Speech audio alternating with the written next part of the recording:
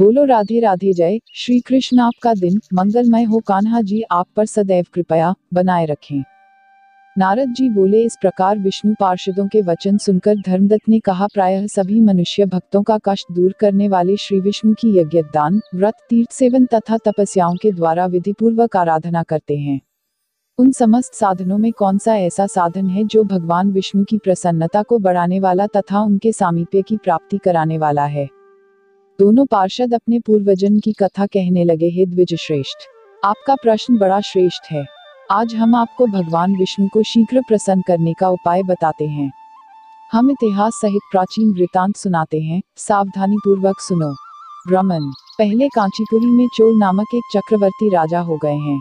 उन्हीं के नाम पर उनके अधीन रहने वाले सभी देश चोल नाम से विख्यात हुए। राजा चोल जब इस भूमंडल का शासन करते थे, उस समय उनके राज्य में कोई भी मनुष्य दरिद्र, दुखी, पाप में मन लगाने वाला अथवा रोगी नहीं था। एक समय की बात है, राजा चोल अनंतशयन नामक तीर्थ में गए, जहां जगदीश्वर भगवान विष्णु ने योग निद्रा का आश्रय लेकर शयन किया था। वहां भगवान विष्णु के दिव्य विग्रह की राजा ने विधिपूर्वक पूजा की। दिव्य मणि, मुक्ताफल तथा सुवर्ण के बने हुए सुंदर पुष्पों से पूजन करके साष्टांग प्रणाम किया। प्रणाम करके ज्यों ही बैठे, उसी समय उनकी दृष्टि भगवान के पास आते हुए एक ब्राह्मण पर पड़ी, जो उन्हीं की कांची नगरी के निवासी थे। उनका नाम विष्णुदास था। उन्होंने भगवान की पूजा के लिए अपने हाथ में तुलसी दल और जल ले रखा था। निकट आने पर उन ब्राह्मण ने विष्णु सूक्त का पाठ करते हुए देवाधिदेव भगवान को स्नान कराया और तुलसी की मंजरी तथा पत्तों से उनकी विधिवत पूजा की।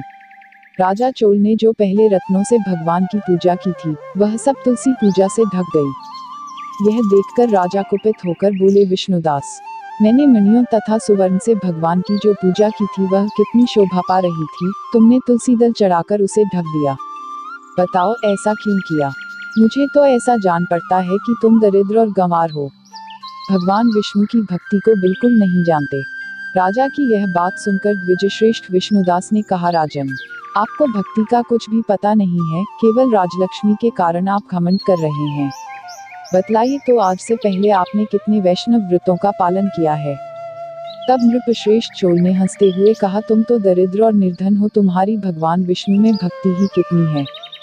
तुमने भगवान विष्णु को संतुष्ट करने वाला कोई भी यज्ञ और दान आदि नहीं किया और न पहले कभी कोई देव मंदिर ही बनवाया है। इतने पर भी तुम्हें अपनी भक्ति का इतना गर्व है। अच्छा, तो ये सभी ब्राह्मण मेरी बात सुन लें। भगवान विष्णु के दर्शन पहले मैं करता हूँ या यह ब्राह्मण? इस बात को आप सब लोग देखें, फिर हम दोनों में से किसकी भक्ति कैसी है, यह सब लोग स्वतः ही जान लेंगे। ऐसा कहकर राजा अपने राजभवन को चले गए। वहां उन्होंने महर्षि मुद्गल को आचार्य बनाकर वैष्णव यज्ञ प्रारंभ किया। उधर सदैव भगवान विष्णु को प्रसन्न करने वाले शास्त्रोक्त नियमों में तत्पर विष्णुदास भी व्रत का पालन करते हुए वहीं भगवान विष्णु के मंदिर में टिक गए। उन्होंने माघ और कार्तिक के उत्तम व्रत का अनुष्ठान, तुलसीवन की रक्षा, एकादशी को द्वादशाक्षर मंत्र का जाप, नृत्य, गीत आदि मंगलमय आयोजनों के साथ प्रतिदिन षोडशोपचार से भगवान विष्णु की पूजा आदि नियमों का आचरण किया। वे प्रतिदिन चलते, फिरते और सोते हर समय भगवान विष्णु का स्मरण किया करते थे। उनकी दृष्टि सर्वत्र सम हो गई थी।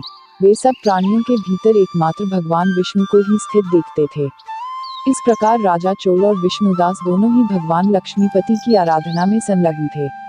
दोनों ही अपने अपने व्रत में स्थित रहते थे और दोनों की ही संपूर्ण इंद्रियां तथा समस्त कर्म भगवान विष्णु को समर्पित हो चुके थे। इस अवस्था में उन दोनों ने दीर्घ काल व्यतीत किया।